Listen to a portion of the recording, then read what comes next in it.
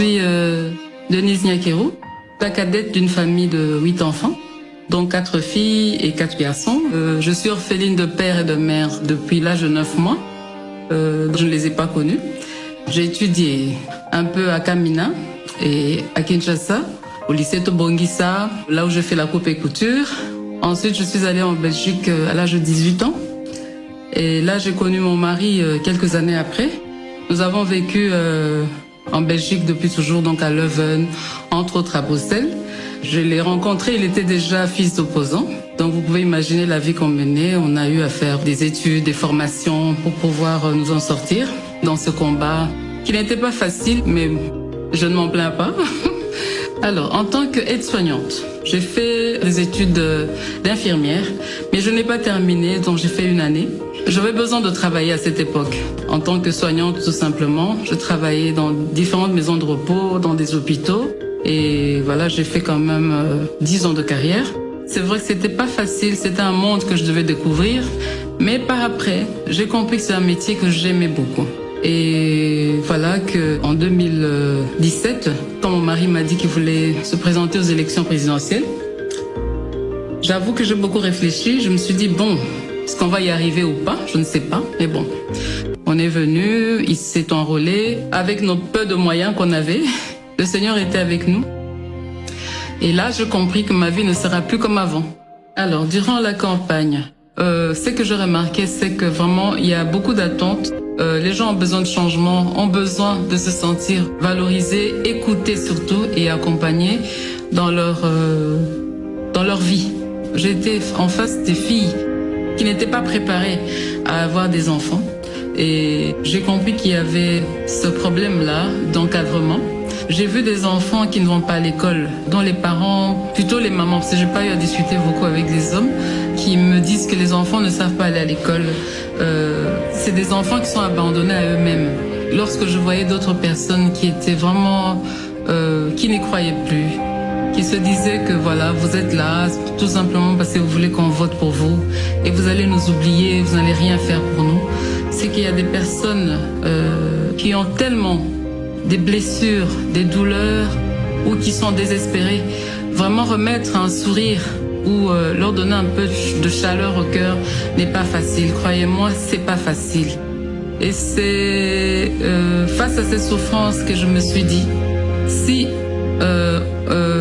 on gagne ces élections, et même si on les gagnait pas, je pouvais faire quelque chose, venir en aide aux personnes désespérées, en particulier les femmes.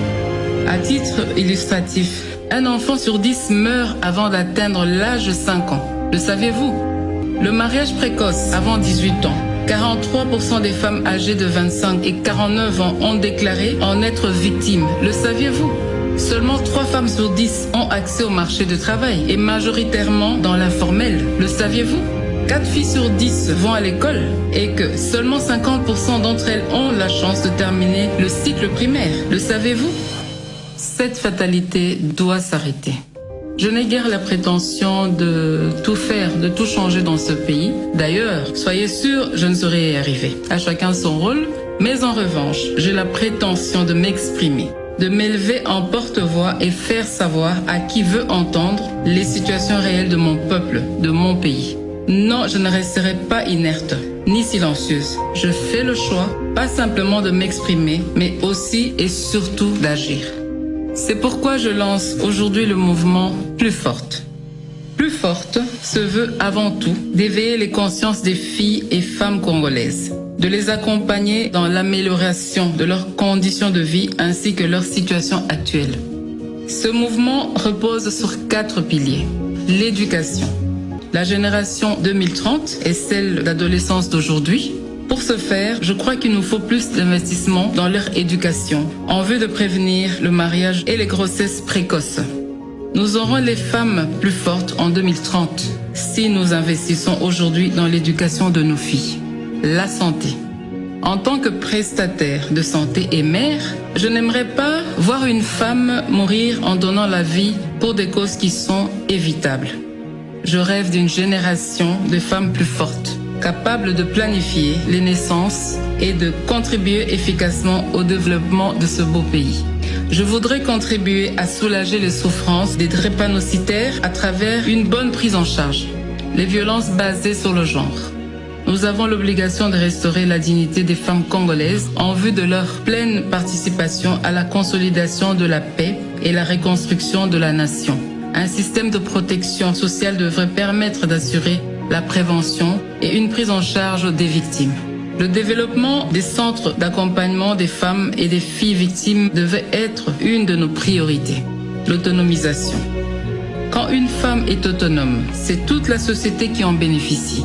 Encourager les initiatives des femmes entrepreneurs et accompagner les activités génératrices des revenus des femmes et jeunes filles vulnérables contribueront à les rendre plus fortes dans le développement harmonieux du pays. Mes chères dames, en tant que première dame, mère de 4 filles, je m'engage à ce que vos problèmes ne soient plus inconnus. Je m'engage à être la porte-parole de vos différentes causes. Et j'invite donc toutes les couches de la population, toutes les classes sociales à se joindre à moi pour que, ensemble, avec amour, nous puissions écrire l'histoire de notre pays et façonner la femme congolaise de demain. C'est au travers de l'effort collectif que la saveur du résultat est agréablement ressentie.